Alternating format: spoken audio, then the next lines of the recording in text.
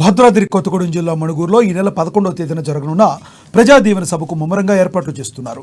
ఈ సభకు ముఖ్యమంత్రి రేవంత్ రెడ్డి హాజరు కానున్నారు. ఈ నేపథ్యంలో పినపాక ఎమ్మెల్యే పాయం వెంకటేశ్వర్లు పటిష్ట ఏర్పాట్లు చేస్తున్నారు. దాదాపు 40,000 మంది ప్రజలు పాల్గొనే సభ వేదిక సిద్ధం చేస్తున్నారు.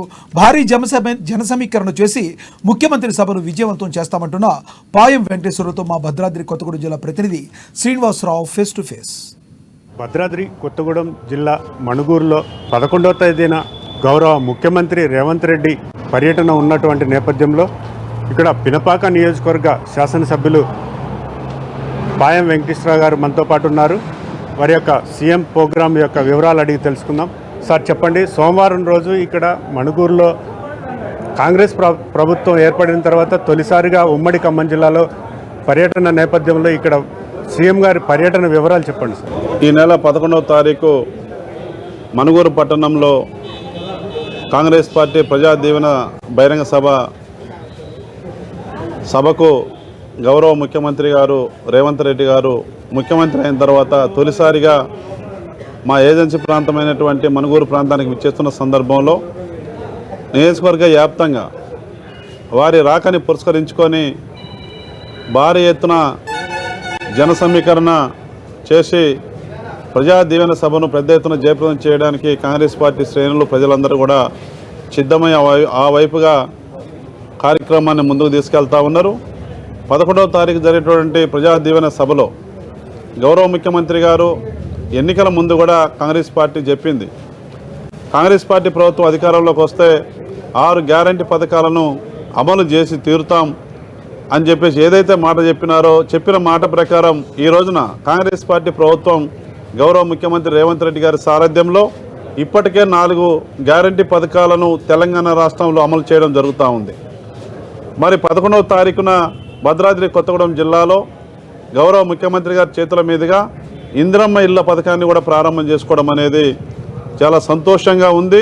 ప్రజలందరూ కూడా హర్షం వ్యక్తం చేస్తూ ఉన్నారు, ఆనందంగా సంతోషంగా ఉన్నారు. మరి ఇందిరమ్మ ఇల్లు పథకం ప్రారంభమైన తర్వాత మరి పినపాక నియోజకవర్గంలో వేలాది కుటుంబాలకు ఆ పథకం అట్టడుగున ఉన్నటువంటి పేదవాళ్లకు అందించడానికి మరి ముందుకెళ్ళడానికి ఈ గ్యారంటీ పథకాల్లో ప్రధానమైనటువంటి పథకం ప్రారంభమవుతున్న సందర్భంలో మొట్టమొదటిసారిగా ఈ నియోజకవర్గానికి గౌరవ ముఖ్యమంత్రిగా మరి హోదాలు వస్తున్న సందర్భంలో ఘనంగా స్వాగతం పలకడానికి పెద్ద బహిరంగ సభ భారీ బహిరంగ సభ జరపడానికి కూడా అన్ని రకాల ఏర్పాట్లు సన్నాహాలు చేస్తూ ఉన్నాం. అంటే ఇప్పుడు చూసుకున్నట్లయితే జిల్లా వ్యాప్తంగా జన సమీకరణ జరుగుతుందంటారా లేకపోతే నియోజకవర్గంగా జరుగుతుందంటారా? ఎంతమంది జన సమీకరణ జరిగేటువంటి అవకాశాలు ఉన్నాయంటారు?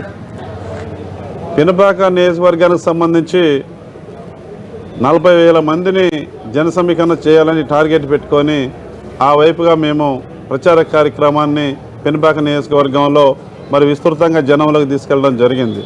మా పార్టీ నాయకులు శ్రేణులంతా కూడా సిద్ధమైనారు. ప్రజలు కూడా స్వచ్ఛందంగా రావడానికి మొట్టమొదటిసారిగా ముఖ్యమంత్రిగా మన ప్రాంతానికి వస్తున్న సందర్భంలో మరి మనకి మరి ఇవాళ ఇందిరమ్మ ఇళ్ల పథకం ఏదైతే ఉందో అట్టడుగు నుండి పేద ప్రజలు కూడా ఈ పథకం ప్రారంభం చేస్తున్నారంటే మేము కూడా వస్తామని చెప్పి సంతోషంగా ఉన్నారు. భారీగా 40,000 మంది ఏదైతే టార్గెట్ పెట్టుకున్నామో దానికి తగ్గ ఇంకా అదనంగా పెరిగే విధంగా జనం ఈ యొక్క ప్రజా దీవెన సభకు విచ్చేస్తారనే నమ్మకం ఉంది. భద్రాద్రి కొత్తగూడెం జిల్లా మణుగూరు తొలిసారిగా సీఎం రేవంత్ రెడ్డి పర్యటన ఉన్నటువంటి నేపథ్యంలో ఆ యొక్క సభకు దాదాపు 40,000 మంది జన సమీకరణ జరుగుతుందని కూడా తెలియజేయడం జరిగింది.